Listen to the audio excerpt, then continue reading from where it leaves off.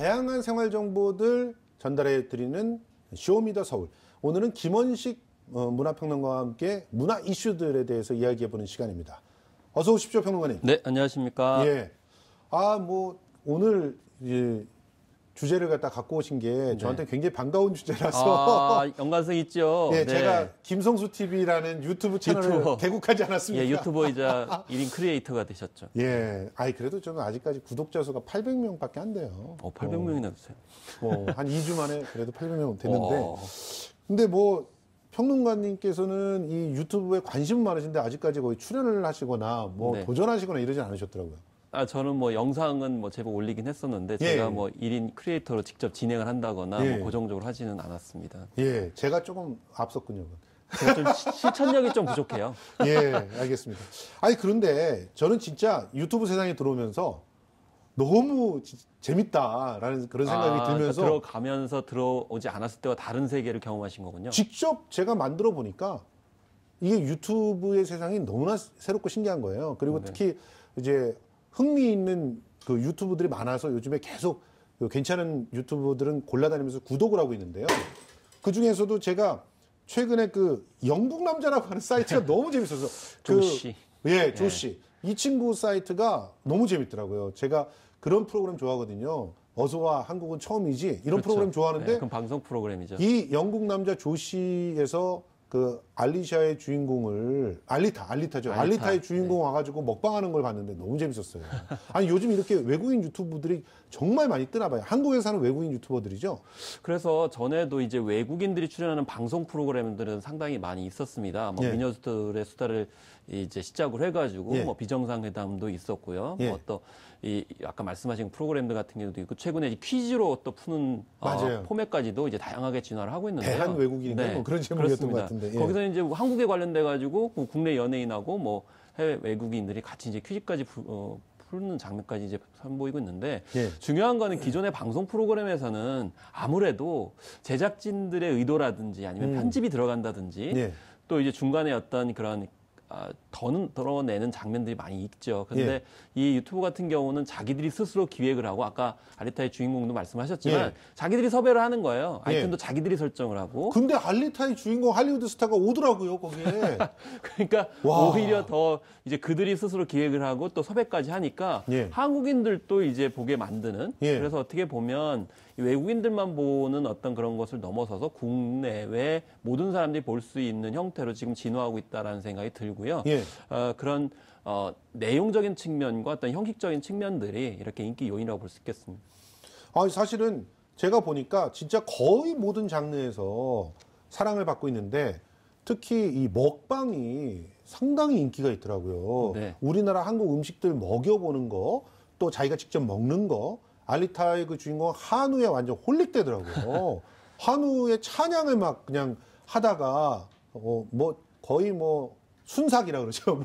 눈에 있는 고기들을 갖다 막 싹 없애버리는 그런 모습들을 봤는데, 주로 어떤 콘텐츠가 사랑을 받고 있다고 지금 통계에 나오고 있습니까? 사실 먹방이라고 하는 그 단어는 우리나라가 만들었습니다. 그렇죠. 그러니까 유튜브는 해외에서 만들었지만, 미국에서 만들었지만 먹방이라고 하는 개념 자체는 조씨 나오고 있습니다, 지금. 사실 이제 저렇게 먹방이라는 형식이 해외에서는 없었던 거예요. 그리고 저도 이제 인터뷰를 당한 적이 있는데, 월스트리트 저널에서 도대체 한국의 먹방이 왜 이렇게 인기가 있고 어떻게 생겼느냐라고 질문을 했거든요. 그렇기 때문에 저렇게 먹는 것만 먹는다라는 형식 자체에 대한 주목도도 있고요. 또 말씀하신 것처럼 삼겹살하고 소주에 대한 동영상이 조씨 이 채널에서 제일 인기가 있다고 그래요. 맞아요. 네. 저렇게 먹여주고 구워 먹고, 사실 이렇게 구워 먹는 형식들이 저 사람들한테는 익숙하지가 않아요. 그리고 소주라는 것도 그렇고 또 리액션을 강조하더라고요. 그러니까 음식을 먹을 때 이렇게 리액션을 막 강조하잖아요. 심지어 소주 먹을 때 우리 카 소리도 내고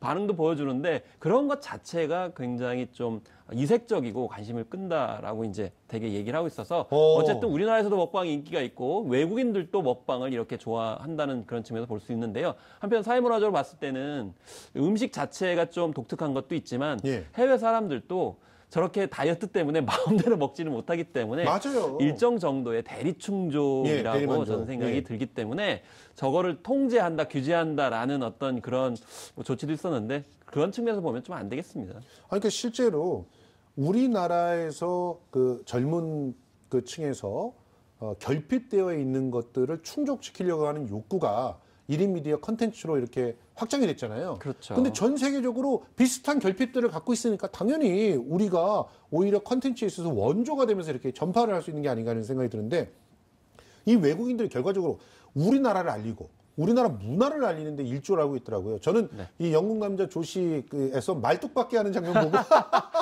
그러니까 너무 재밌었어요. 이제 말뚝박기도 하고 뭐 예. 썰매도 직접 타러 가요. 예, 그래서 예.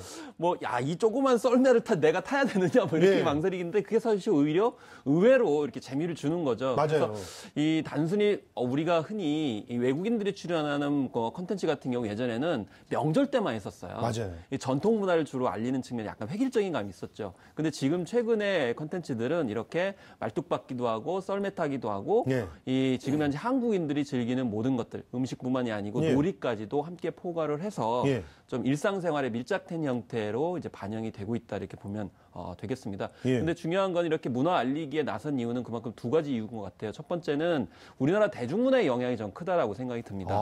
전에는 이제 우리나라의 어떤 박찬욱 감독이나 봉준호 감독의 어떤 영화들이 이제 예. 세계에 알려졌고, 그 예. 뒤에 뭐 케이팝이 또 유럽에까지 또 활발하게 활동하고 방탄소년단까지 이르게 되지 않았습니까? 방탄소년단은 그래미 무대도 섰어요. 그래미 무대도 섰고, 또 유엔에서도 연설을 하고, 또 그 노래 자체도 굉장히 인기가 있고, 뭐 제2의 비틀즈라고 예. 이제 불릴 만큼 청년들의 어떤 아이콘이 됐기 때문에 자동적으로 한국의 문화에 대해서, 사회에 대해서 좀 갈급증이 있기 때문에 맞아요. 이런 이제 외국인들이 진행하는 유튜브에도 자연스럽게 관심이 있다고 생각이 들고요. 예. 또 전반적으로 이 세계적으로 한국의 위상이 그만큼 좀 높아진 높아졌다라는 것이고, 예. 그 가운데 또 서울이 차지하고 있다고 생각합니다. 아니 그러니까 예전에는 이제 뭐 외국인들을 다룬 그런 컨텐츠라든가 한국을 소개하는 컨텐츠 보면 천편일률. 맞습니다. 뭐 불고기 또 딱 가면 명동, 네. 그다음에 그냥 광화문 뭐 이렇게 찍어놓고 이런 거였는데 요즘은 완전히 달라요. 네. 일단 올라오는 컨텐츠에서 다루는 장소도 달라졌고 네.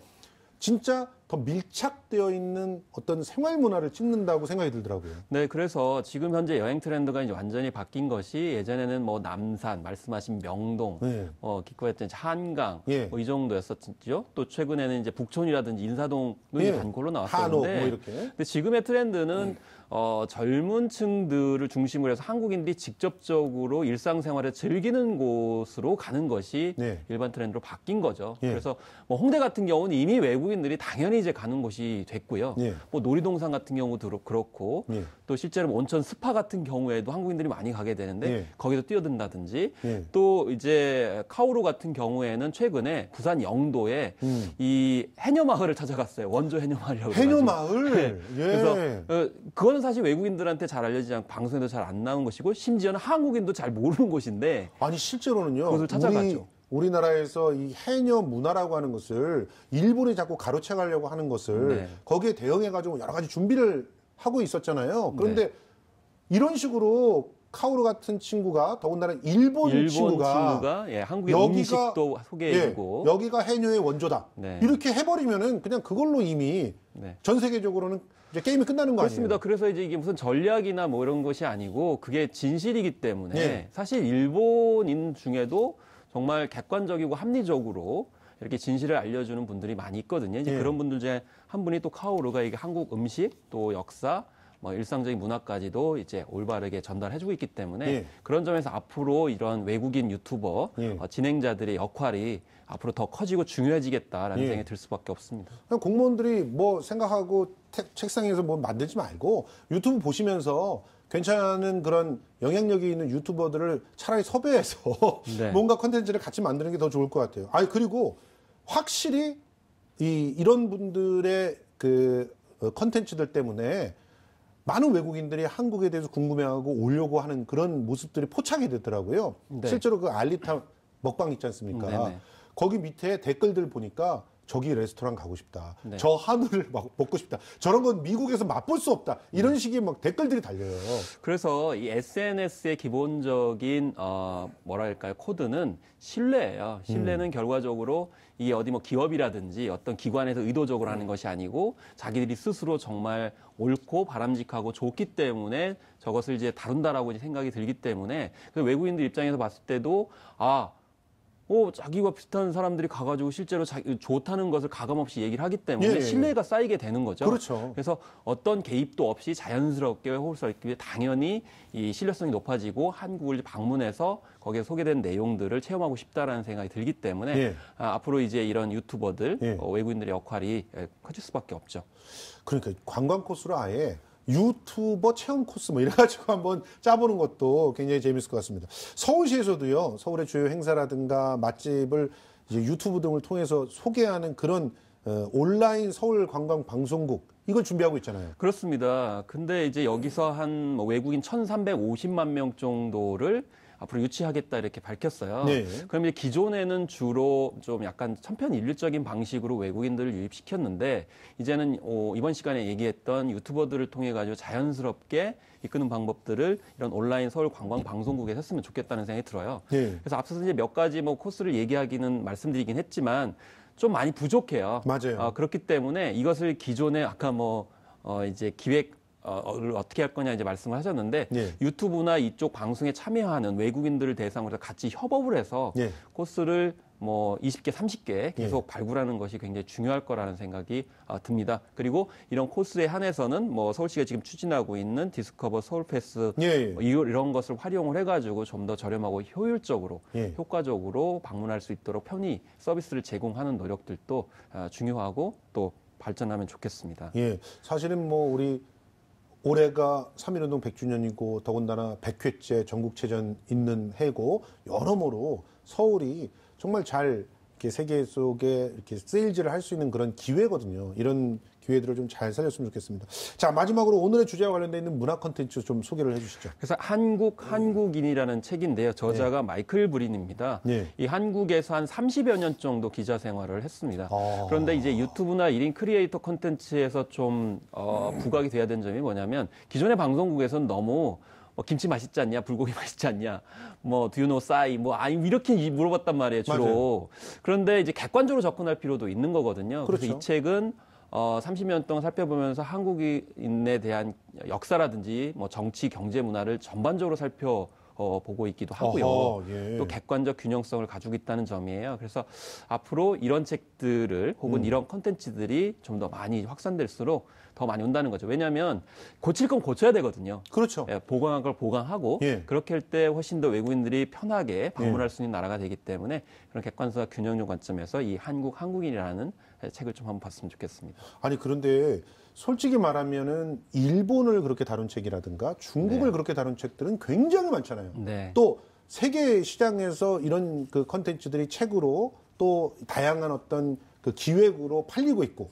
근데 왜 우리는 그런 것들을 만들어내지 못했을까 하는 그런 생각이 들어요. 그게 어떻게 보면은 정부 차원에서 관주도로 너무 그런 것들을 갖다 하려고 했던 건 아닌가 그런 생각이 좀 많이 들거든요. 그래서 만약에 우리가 책을 잘 못했다고 하면 이제는 이제 영상 세대이기 때문에 유튜브를 포함한 인터넷 영상 플랫폼을 통해 가지고 외국인들을 참여시키는 일종의 영상책을 활발하게 만들어 가지고 못다한 것들을 활발하게 하는 것이 중요하고 그 중심에 좀 서울이 많이 정책적으로 지원을 해줬으면 좋겠다는 생각이 좀 드네요. 그러니까 중요한 얘기세요. 그러니까 실제로 객관적 시각을 확보하기 위해서는 그들이 참여하게끔 하고 그들이 뭔가 콘텐츠를 생산하게끔 해야 되는데 우리는 우리 시각으로 콘텐츠를 생산해 달라고 너무 이렇게 강요를 했던 것 같아요. 일본, 중국, 미국 이쪽에 대해서 우리 스스로가 너무 자신감이 없었던 측면이 있고요. 특히 남북한이 분단되다 보니까 힘을 못 쓴 측면들이 많이 있거든요. 맞습니다. 그렇기 때문에 이제 남북 화해 시대에 남북과 북이 이렇게 교류도 활발하고 있는 상황 속에서